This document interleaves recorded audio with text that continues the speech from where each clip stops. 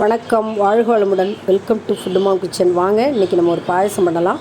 இன்றைக்கி ஆடி கிருத்திகை இல்லைங்களா, அதனால் நம்ம முருகருக்கு ஒரு பாயசம் வச்சு படைக்கலான்ட்டு ஜவ்வரிசி பார்த்திங்கன்னா, மாவு ஜவ்வரிசி பெரிய குண்டு குண்டாக இருக்கும் பாருங்கள், பெரிய ஜவ்வரிசி.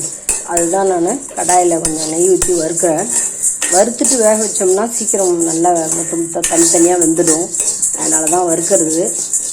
கொஞ்சம் வறுபடட்டும், பார்க்கலாம். ஆடி கிருத்திகை ரொம்ப விசேஷம். முருகனுக்கு வடை பாயசம் வச்சு செய்வோம் முதல்லாம். இப்போ ஒரு பாயசமாவது வச்சு படைக்கலாம் அப்படின்னு சொல்லிட்டு தான் செஞ்சிட்ருக்கேன். நல்லா வறுபட்டுருச்சுங்க.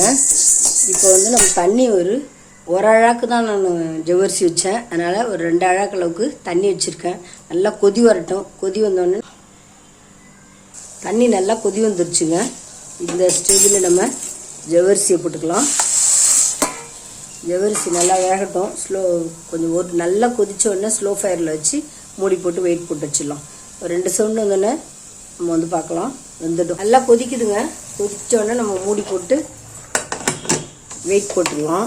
ஸ்லோ ஃபயரில் வச்சிடலாம். ஒரு 2 சவுண்டு இப்படி வந்தோடனே பார்க்கலாம். பாயசம் நல்லா வெந்துருச்சுங்க. இப்போ நம்ம இதில் சர்க்கரை போட்டுப்போம். சர்க்கரை 3/4 அழாக்கு, 1 அழாக்கு ஜவ்வரிசிக்கு 3/4 அழாக்கு சர்க்கரை போடணும். இந்த சின்ன அழாக்கு இருக்குது பாருங்கள், அதால் 3 போட்டால் 3/4 அழாக்கு ஆகும். அதால் அந்த சின்ன அழாக்கால் 3 அழாக்கு போடுறேன் நான். அதில் அந்த சர்க்கரையோட பச்சை ஸ்மெல் போகணும். பாலும் தேவையான அளவு ஒரு 2 டம்ளர் பால் ஊற்றுறேன். இது அடுப்பில் வச்சு ஒரு 10 கொதி கொதிக்கட்டும். அந்த பச்சை ஸ்மெல் போகணும். அதுக்காக நம்ம அடுப்பில் வச்சு ஒரு 10 கொதி கொதிக்க விடலாம். கொதிச்சுட்டே இருக்கும்போது நம்ம முந்திரி பருப்பு கொஞ்சம் வறுத்துட்டு நெய்யில் அதையும் அதில் ஆட் பண்ணிட்டோம்னா நம்முடைய பாயசம் சூப்பராக எம்மையாக ரெடி ஆகிடுங்க, ஈஸியாக. இப்போ நம்ம பால் 2 டம்ளர் ஊற்றிக்கலாங்க. ஊற்றிட்டு நம்ம கலக்கி விட்டுட்டு சர்க்கரையும் போட்டுட்டோம். நல்லா மிக்ஸ் பண்ணிவிடுவோம். ஏலக்காய் ஒரு 3 ஏலக்காய் எடுத்து இடித்து போட்டுக்கலாம். ஏலக்காய் இடித்து போட்டுக்கிறோம். 3 ஏலக்காய் இருக்குது பாருங்கள், நல்லா இடித்து பாயசத்தில் ஆட் பண்ணிக்கலாம். அது நல்ல ஒரு ஃப்ளேவரை கொடுக்கும். அதனால் இப்போ நம்ம நெய் காய வச்சிட்டோம். இல்லை முந்திரி பருப்பு வறுத்து பாயசத்தில் ஆட் பண்ணிக்கலாம். குட்டி குட்டியாக நான் உடச்சி வச்சுருக்கேன். இதை நம்ம பாயசத்தில் ஆட் பண்ணிக்கணும். பாயசத்தில் பல வகை இருக்குதுங்க. நம்ம செய்கிறது ஒரு சிம்பிள் பாயசம் தான். அந்த பாயசத்தை நான் உங்களோட ஷேர் பண்ணிக்கிறேன். முருகருக்கு படைக்கும் போது இந்த ஷேர் பண்ணிவிட்டு படைக்கலான்ட்டு இந்த வீடியோ போட்டிருக்கேன்.